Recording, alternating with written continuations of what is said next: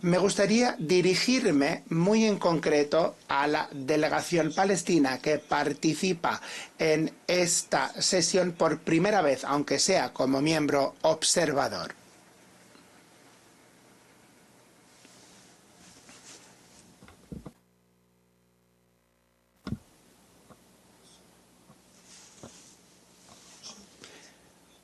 También quiero mencionar al presidente Abbas, que participa en esta reunión.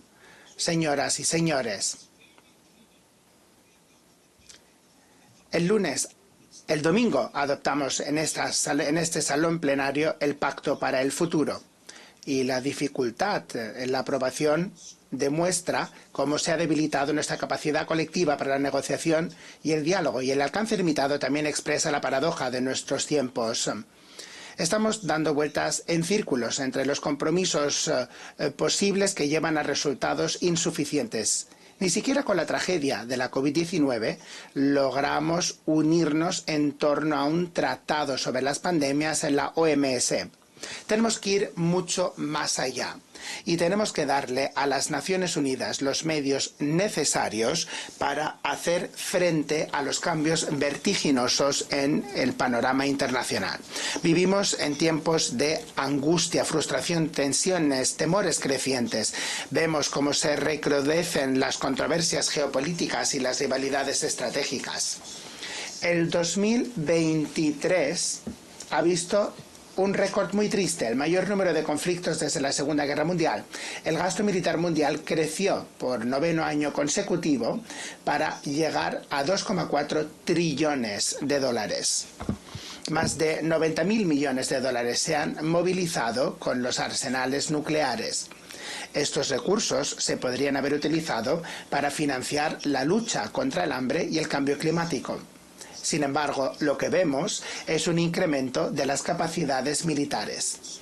El uso de la fuerza sin la autorización del derecho internacional se convierte en la regla, y vemos dos conflictos simultáneos con el potencial de convertirse en conflictos generalizados. En Ucrania vemos cómo la guerra se extiende sin perspectiva de paz. Brasil ha condenado firmemente la invasión del territorio ucraniano. Ya está claro que ninguna de las partes va a poder lograr todos sus objetivos a través de medios militares.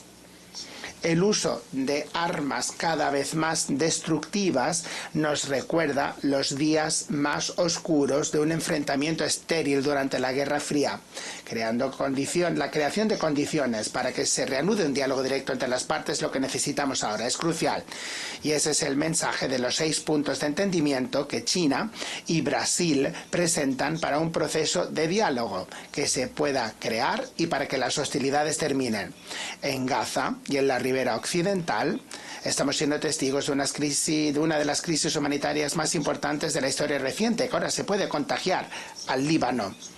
Pero lo que empezó como una acción terrorista por fanáticos contra civiles israelíes inocentes se ha convertido en un castigo colectivo para todo el pueblo palestino. 40.000 víctimas mortales, sobre todo mujeres y niños. El derecho a la defensa se ha convertido en el derecho a la venganza, lo cual impide un acuerdo para la liberación de los rehenes y sigue alargando y retrasando el alto el fuego. Los conflictos olvidados en Sudán y en Yemen están causando un sufrimiento terrible para casi 30 millones de personas. Este año la cantidad de personas que necesitan ayuda humanitaria en el mundo alcanzará los 300 millones. En tiempos de polarización creciente, las expresiones como la desglobalización, la desvinculación se han convertido en términos que se utilizan todo el tiempo, pero es imposible desplanetizar nuestra vida. Estamos abocados a la interdependencia en el cambio climático. El planeta ya no espera para exigir pago a la siguiente generación y está harto de los acuerdos sin cumplir. Está cansado de los objetivos de reducción de carbono que no se cumplen y de la ayuda financiera que no llega a los países pobres. La negación se impone ante las pruebas del calentamiento mundial. El 2024 se va a convertir en el año más cálido de la historia moderna. huracanes en el Caribe, tifones en Asia, sequías e inundaciones en África, lluvias torrenciales en Europa, que están dejando un rastro de muerte y destrucción. En el sur de Brasil sufrimos las mayores inundaciones desde 1941 y el Amazonas vive la mayor sequía en 45 años. Los incendios forestales se han extendido por todo el país y ya se han llevado por delante 5 millones de hectáreas tan solo en agosto. Mi gobierno no abandona su soberanía y no deja de lado sus responsabilidades. Ya hemos hecho mucho, pero sabemos que tenemos que hacer mucho más. Aparte de hacer frente al desafío de la crisis climática, también tenemos que enfrentarnos a aquellos que se benefician de la degradación medioambiental. No toleraremos crímenes medioambientales, la minería ilegal y la delincuencia organizada. Hemos reducido la deforestación en el Amazonas en un 50% el año pasado y la erradicaremos de aquí a 2030. Ya no es aceptable pensar en soluciones para los bosques tropicales sin escuchar a los pueblos indígenas, a las comunidades tradicionales y a todos aquellos que viven en estos lugares. Nuestra visión de desarrollo sostenible se basa en el potencial de la bioeconomía. Brasil acogerá la COP30 en 2025, convencidos de que el multilateralismo es el único camino para superar la emergencia climática.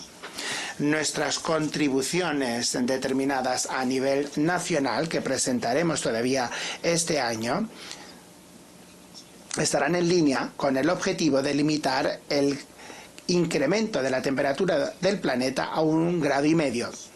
Brasil es una fuente de oportunidades en este mundo revolucionado por la transición energética. Somos uno de los países con la mezcla energética más limpia. El 90% de nuestra electricidad viene de fuentes renovables, como la biomasa, las fuentes hidroeléctrica, solar y eólica. Hemos optado por los biocombustibles ya hace 50 años, mucho antes de que se empezara a hablar de las energías alternativas. Estamos en primera línea también de otros asuntos importantes como la producción de hidrógeno verde.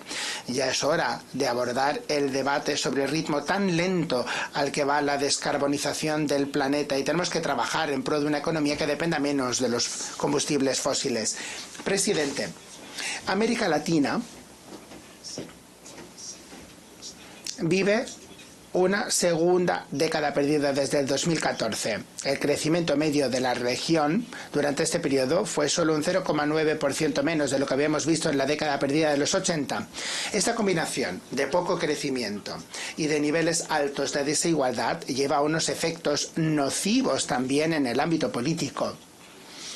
Sumidos en controversias y disputas que a menudo no tienen nada que ver con la región, nuestra vocación por la cooperación y el entendimiento se ha visto debilitada.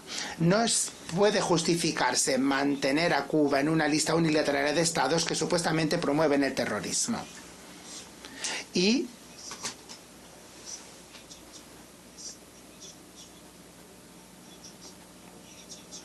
en Haití es urgente adoptar medidas para recuperar el orden público y promover el desarrollo. En Brasil, defender la democracia conlleva actuar contra ataques extremistas mesiánicos y totalitarios que difunden el odio, la intolerancia y el resentimiento. Los brasileños derrocaron a los dictadores y a los tiranos que intentaban socavar las instituciones y los colocaban al servicio de intereses reaccionarios. La democracia tiene que responder a las aspiraciones legítimas de aquellos que ya no aceptan el hambre, la desigualdad, el desempleo y la violencia. En un mundo globalizado no tiene sentido recurrir a patriotas falsos y aquellos que desean aislarnos, ni tampoco tiene sentido recurrir a experimentos ultraliberales que no hacen más que empeorar las dificultades de un continente empobrecido. El futuro de nuestra región depende, por encima de todo, de que se construya un Estado sostenible, eficiente e inclusivo que trate todas las formas de discriminación. Un futuro que no se vea intimidado por individuos, por empresas o plataformas digitales que creen estar por encima de la ley. La libertad es la primera víctima de un mundo sin reglas. Elementos esenciales de soberanía Ahí se incluye el derecho a dictar leyes, decidir cuando hay controversias e imponer las normas dentro del territorio propio, también el entorno digital.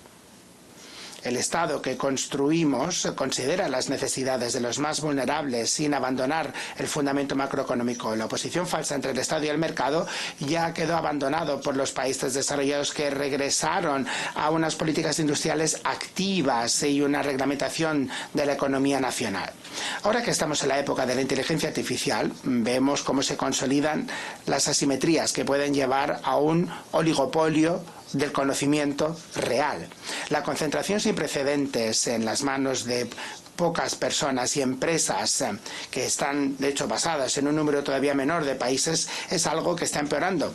Nos interesa una inteligencia artificial de emancipación que tenga también la cara del sur global, que refuerce la diversidad cultural, que respete los derechos humanos, proteja los datos personales y promueva la integridad de la información. Y por encima de todo, que sea una herramienta para la paz, no para la guerra. Necesitamos una gobernanza intergubernamental de la IA, en la que todos los estados tengan un escaño. Presidente, las condiciones para acceder a recursos financieros. Estas condiciones siguen siendo prohibitivas para la mayoría de países de renta baja y media. La carga de la deuda limita el margen fiscal para invertir en salud, educación, reducir desigualdades y tratar el cambio climático. Los países africanos toman prestado a tipos 8 veces superiores a los de Alemania o 4 veces superiores a los de Estados Unidos. Es un plan Marshall a la inversa, en el que el más pobre financia al más rico. Si no hay una mayor participación de los países en desarrollo en la gestión del FMI y del Banco Mundial, no habrá cambio efectivo. Los ODS van a la zaga. Mientras tanto, las 150 empresas más grandes del mundo han generado, entre todas, 1,8 trillones de dólares de beneficios en los últimos 2 años, y las fortunas de los multimillonarios, de los 5 multimillonarios más importantes, se han más que duplicado desde el principio de la década, mientras que el 60% de la humanidad es más pobre.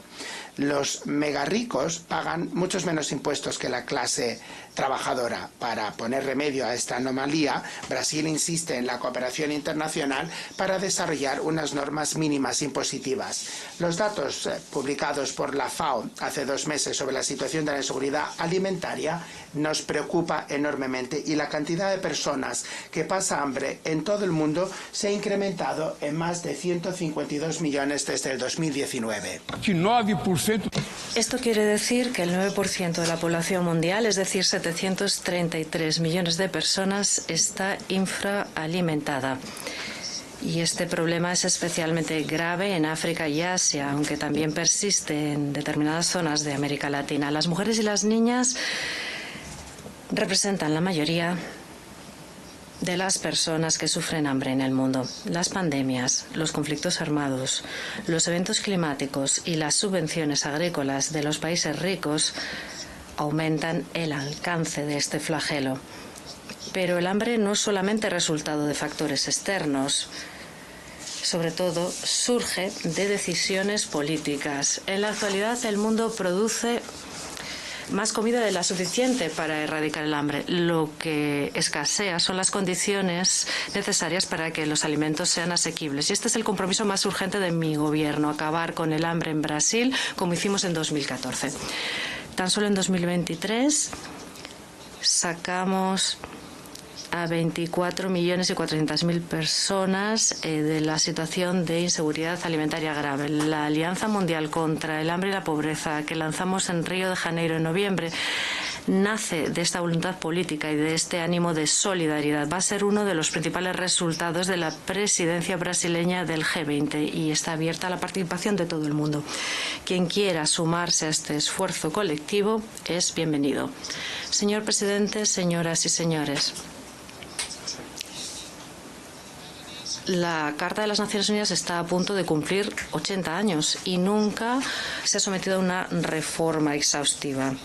Solamente se aprobaron 4 enmiendas, todas ellas entre 1965 y 1973. La actual versión de la Carta no aborda algunos de los problemas más acuciantes de la humanidad. Cuando se fundaron las Naciones Unidas éramos 51 países, en la actualidad somos 193. Varios países, sobre todo en el continente africano, estaban bajo el dominio colonial cuando se fundaron las Naciones Unidas y no pudieron opinar sobre sus objetivos o funcionamiento. No hay un equilibrio de género en los más altos cargos. La posición, el cargo de secretario general, nunca ha sido ocupado por una mujer.